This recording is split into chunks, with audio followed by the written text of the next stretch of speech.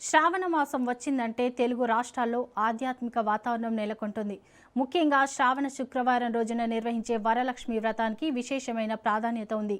సుమంగళి స్త్రీలు కుటుంబ సౌభాగ్యం, ఆయురారోగ్యం, ఐశ్వర్యం కోసం అమ్మవారిని భక్తి శ్రద్ధలతో పూజిస్తారు.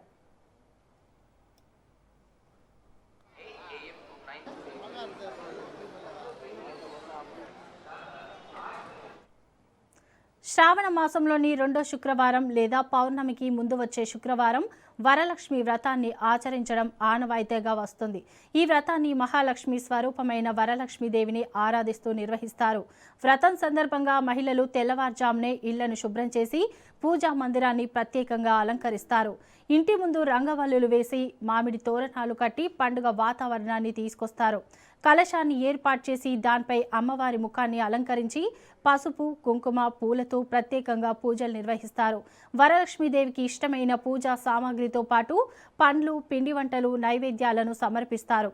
వరలక్ష్మి వ్రతంలో తోరం ధరించడం కూడా ప్రత్యేకత. పూజ అనంతరం మహిళలు చేతికి తోరం కట్టుకొని అమ్మవారి ఆశీస్సులు కోరుకుంటారు. తమ కుటుంబ సభ్యులు సుఖ సంతోషాలతో, సిరి సంపదలతో ఉండాలని ప్రార్థిస్తారు.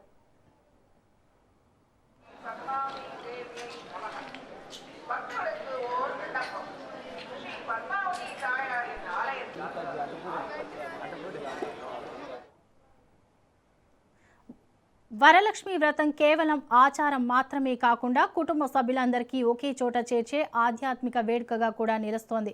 పట్టణాల నుంచి గ్రామాల వరకు మహిళలు పెద్ద సంఖ్యలో ఈ వ్రతాన్ని నిర్వహిస్తారు. పూజా సామాగ్రి, పూలు, పండ్లు, పసుపు, కుంకుమ తదితర వస్తువుల కొనుగోళ్లతో మార్కెట్లు కూడా సందడిగా మారుతున్నాయి. ఆలయాల్లో ప్రత్యేకంగా పూజలు, అభిషేకాలు నిర్వహిస్తున్నారు.